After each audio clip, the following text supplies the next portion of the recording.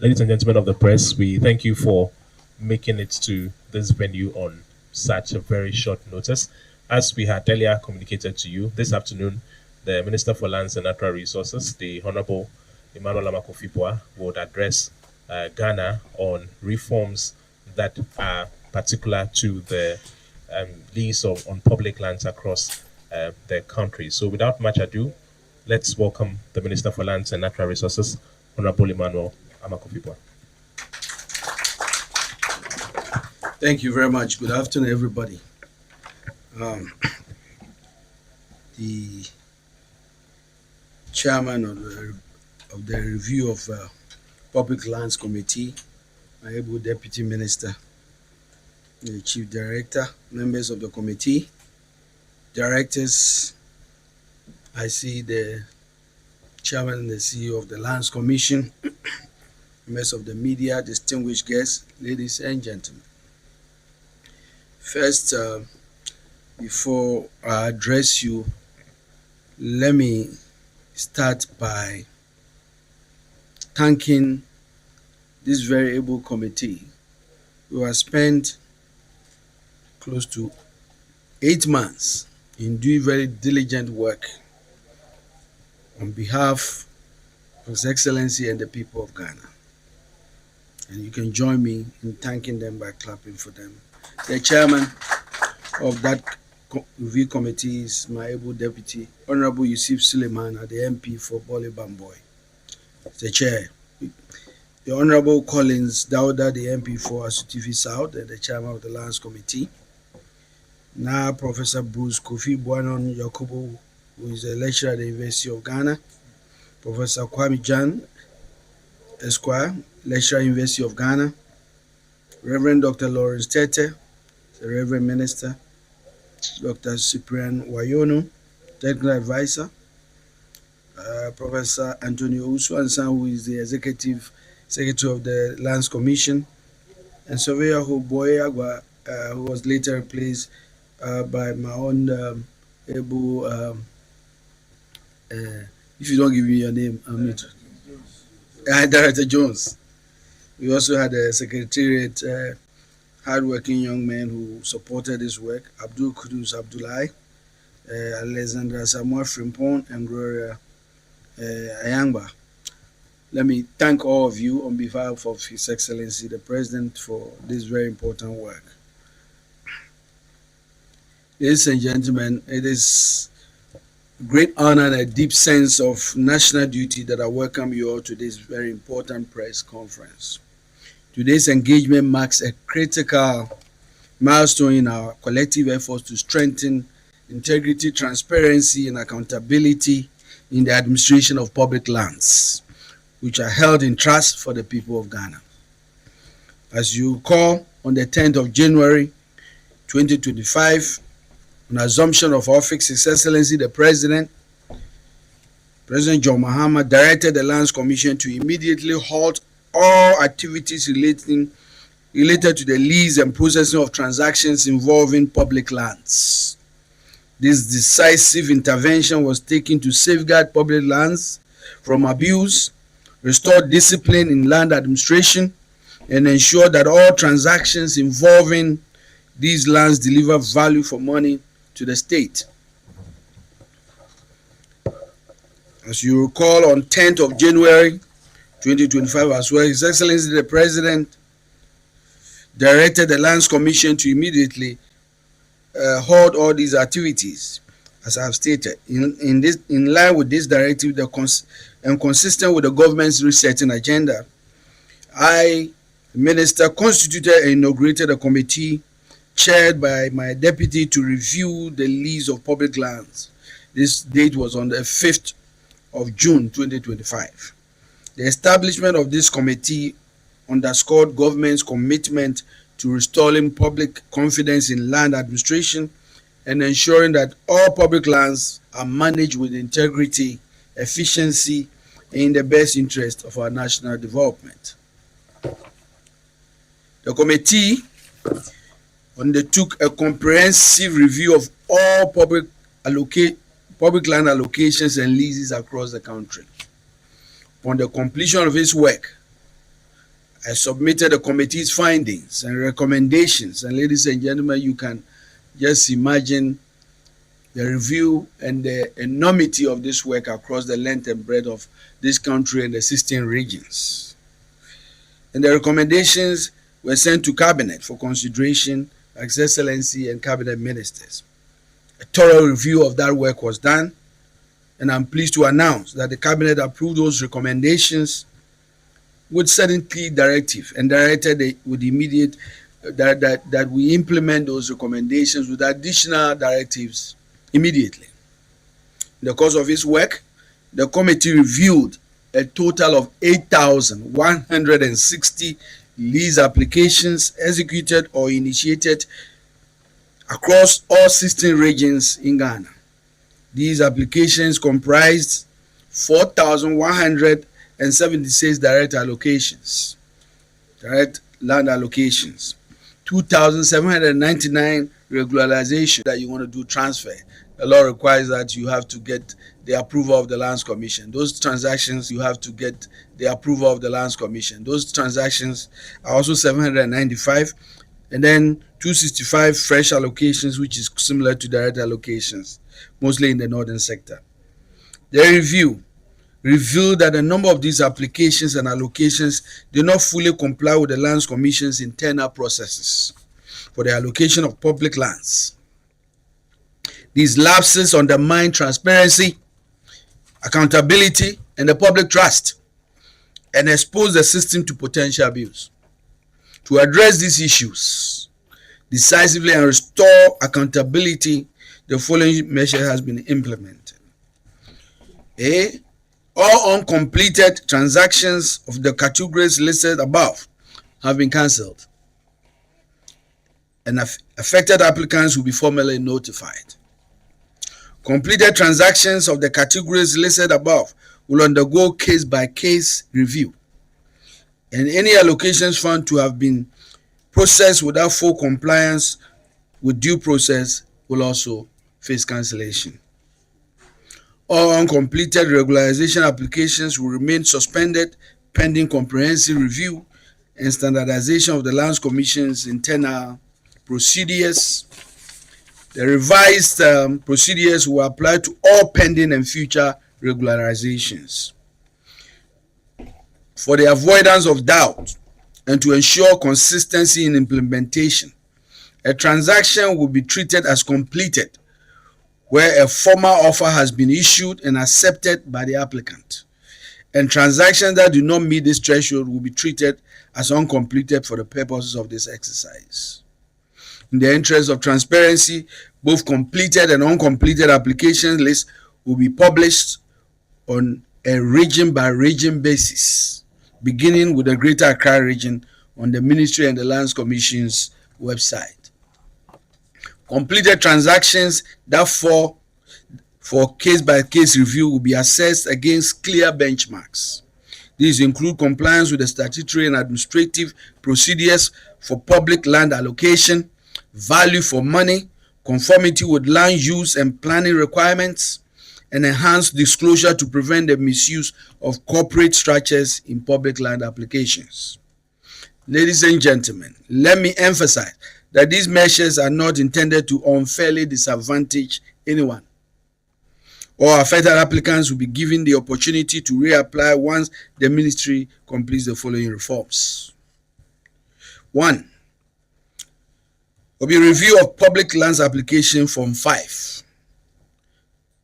One of the major findings of the committee, and this is really something that is well known, was the inconsistent application of public land application forms across regional lands commission. Every region had a different Form 5. Different Form 5 in every region. Very uniform, very unorthodox. This lack of uniformity resulted in discretionary practices or uneven standards in the allocation of public lands, thereby weakening transparency and accountability.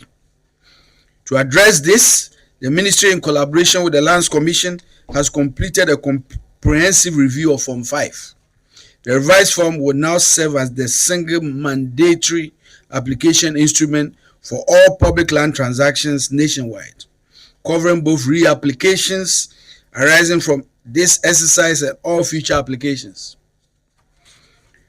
Today, the revised Form 5 will be published on the Lands Commission official website and made available for public access within the coming weeks. Applicants will be able to download, complete, and submit the form electronically. 2. Review of Land Commission's internal processes for public land allocation. The committee also observed inconsistencies and weak enforcement of the Lands Commission's internal procedures for the allocation of public lands. These procedural gaps created opportunities for abuse, circumvention of controls, and the processing of allocation without full compliance with established rules. To address this, the ministry has undertaken a comprehensive review of the Lands Commission's internal processes for public land allocation. The revised process clearly defines the stages of processing public land applications, strengthens internal checks, and aligns each stage of decision-making with the principles of transparency, accountability, and traceability. This is intended to make sure that everybody who is in the line of this process is accountable and can be tracked and held responsible. Under the revised framework, no public land will be allocated by the Lands Commission without the prior written approval of the Minister of Lands and Natural Resources. This measure reinforces ministerial oversight, ensures policy coherence, and provides additional safeguard against unauthorized or irregular allocations. Legislating public land application reforms. To ensure sustainability and prevent a reversal to past practices, government has taken steps to provide legislative backing to these reforms. The revised public land application form and the restructured internal allocation process will be incorporated into the draft land regulation, which is currently undergoing review. This is how serious government is in this reform. The processes that I've just described will be backed legally by parliamentary regulation, and we have already gone far ahead in making sure that we regularize these reforms. 3. Legislating public land application form.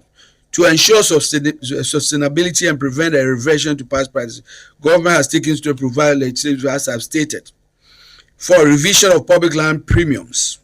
Ladies and gentlemen, another critical issue identified by the committee relates to the valuation and pricing of public lands. Over the years, premiums charged for the lease of public lands have ranged from approximately 1 to 30% of market value. This practice significantly undervalues public lands and fails to deliver value for money to the state. I mean, in Laboni, and somebody's buying it 1 million, somebody's buying it 200, somebody's buying it 300, somebody's buying it $1 million. The ministry, in consultation with the Lands Commission, has therefore proposed a new premium framework for public land leases. On that framework, a minimum of 70% and not 1 to 30%, a fixed 70% of the assessed market value of public land will be payable upfront as a premium, with the remaining 30% structured over the tenure of the lease as ground rent. Again, under this new framework, a minimum of 70% of assessed market value, and ladies and gentlemen, we mean the real market value. And I think you will see in my press briefing the effort that will be made with the land valuators to identify the values of properties in every area across the length and breadth of it, and especially about values of land in cantonment. Pursuant to section 235 subsection 4 of the Land Act 2020 Act 1036, state institutions that are beneficial of public lands are subsection 4 of Act 1036. State institutions that are beneficial of public lands must note that allocations confirm on them only user rights without the power to transact any business relating to those lands without the prior written approval of the Minister of Lands and Natural Resources. 5. Compilation of market value data for defined land clusters. To support transparent pricing and informed decision making, the ministry, working with the Lands Commission, will compile and maintain reliable data on market values for defined land clusters across the country. And I think I stated it. These values will be published on the website of the Lands Commission in the spirit of transparency. There will be no doubt on the values of properties across every part of this country, every city, every cluster. And this will be publicly known so that transactions, especially public lands, will not be undersold. Compilation of market value data for defined clusters. This data will serve as a reference point for assessing premiums, evaluating value for money, and supporting consistent and objective decision making in public land allocations. It will also enhance predictability and fairness in the system and reduce opportunities for arbitrary valuations. It is not for some valuator to arbitrarily tell us how much the price of land is. It has already been predetermined. It's in the public domain. That is how these systems we are putting in place will safeguard public lands in the country and ensure value for money. 6. Establishment of Public Land Protection Task Force. During this transition and reform implementation period, the ministry, in collaboration with the Lands Commission, will establish a Public Land Protection Task Force to safeguard public lands affected by this exercise. The task force will operate within the framework of the Constitution of the Republic of Ghana, the Lands Commission Act Act 767, the Land Act 1036, and all applicable criminal laws relating to trespass, unlawful water resources, the Lands Commission, the Ghana Police and allied security agencies, and selected private sector partners. The mandate of the task force will include preventing encroachment, halting unauthorized development, and ensuring that public lands under review are protected from illegal occupation and development. I'm also pleased to clarify, for the avoidance of doubt, that the template ban on all services of the Lands Commission, including leasing, processing, regularization of public lands, has now been lifted. All activities may resume immediately, but strictly in accordance with the new reforms and procedures announced today. This ensures that every transaction going forward will adhere to the principles of transparency, accountability, and value for money, while safeguarding the interests of both the state and legitimate applicants. Ladies and gentlemen, let me conclude by emphasizing the following. Public lands are vested in the president in trust of every Ghanaian. To safeguard these lands from mismanagement, misuse, and unauthorized disposal, I wish to assure the people of Ghana that the government, led by His Excellency President John Mahama, remains fully committed to reforming and decentralizing land administration in Ghana. The ministry has secured 100% retention, and this is very important, of Lands Commission's internally generated funds, out of which 67% will be used for the funding of land bank and digitalization project. And this is a very, very important project for His Excellency. We believe with these reforms backed up by the digitalization agenda, we can completely get to the place where land administration services will be at the doorsteps of the people of Ghana. It will not be a nightmare.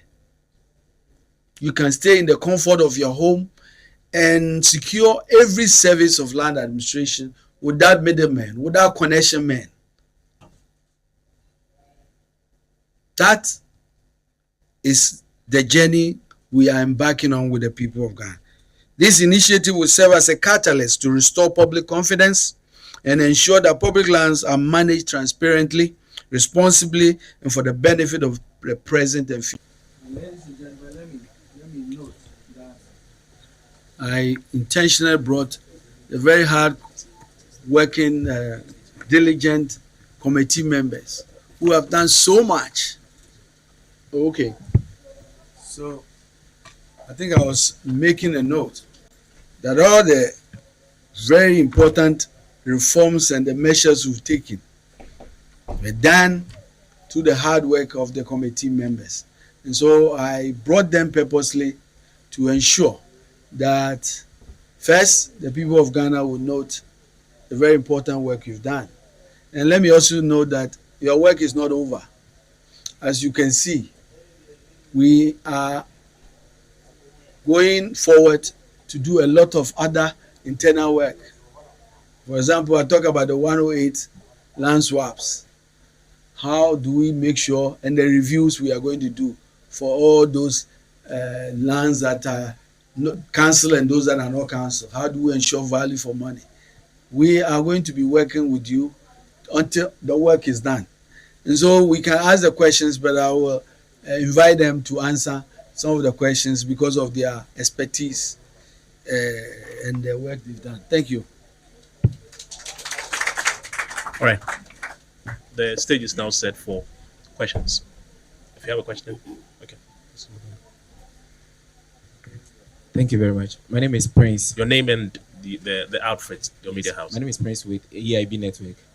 Minister, you mentioned that some, as part of the reform, the process successfully should be cancelled. There are others that are also subjected for review, among other things. Minister, what about those that have successfully gone through, but they are undervalued? How do you address it? Are you going to reconsider selling it back to them, or what is the proposal for those people? Thank you. Very much. That's a very good question. I think I made it clear that even for transactions that are completed, a mandate requires that we do value for money on case by case basis, and we'll do exactly that. Thank you. We'll take three more so that the minister will answer them together. Three more questions.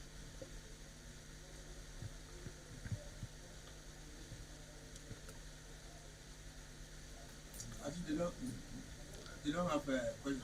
It's obvious we are satisfied.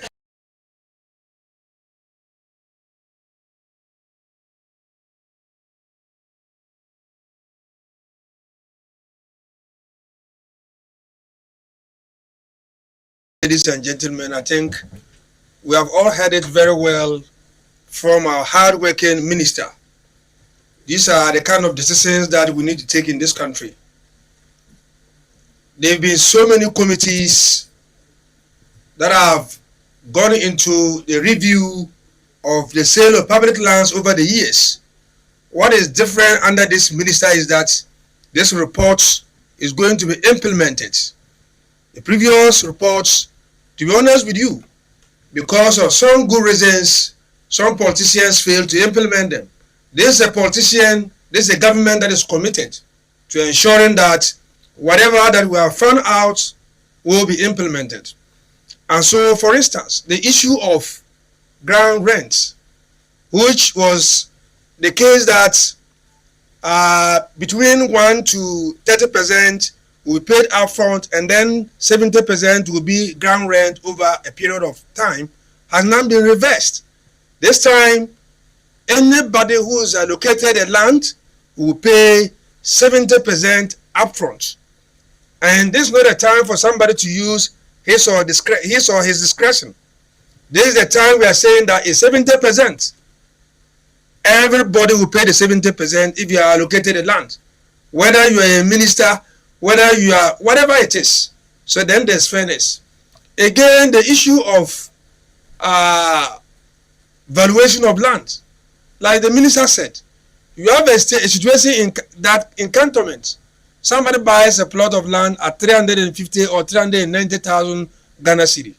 Then adjacent that plot, another person's buy one plot, 1 million Ghana cedi. This is unfair. This does not give value to the state.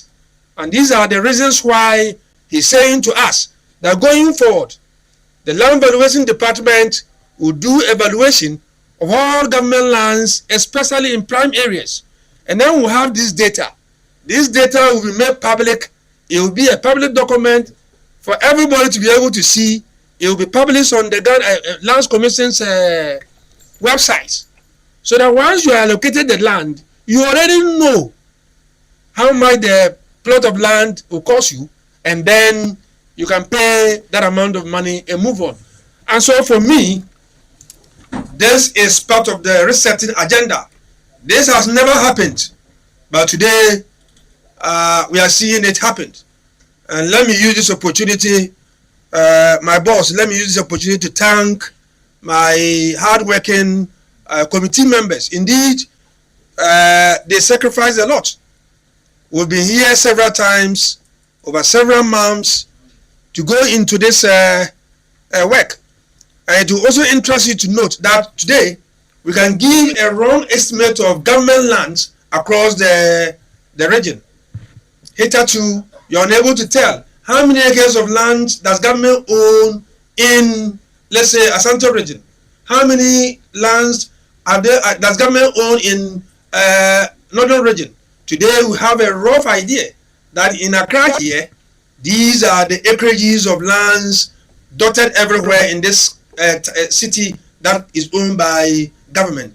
And we will make all this available on the Lands Commission's website. On this note, once again, let me thank the minister for this initiative, these bold decisions, and to thank my colleagues, my senior members, for the diligent work that you have supported me to do to bring this exercise to a closure. Thank you.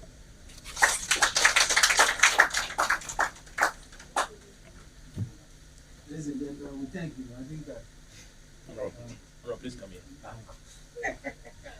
So, thank you very much for joining us, the media. I'm sure the Director of Communication will have a very important meeting with you. Thank you very much. On that note, we are grateful for your coming. Please let's all, ladies and gentlemen of the press, let's all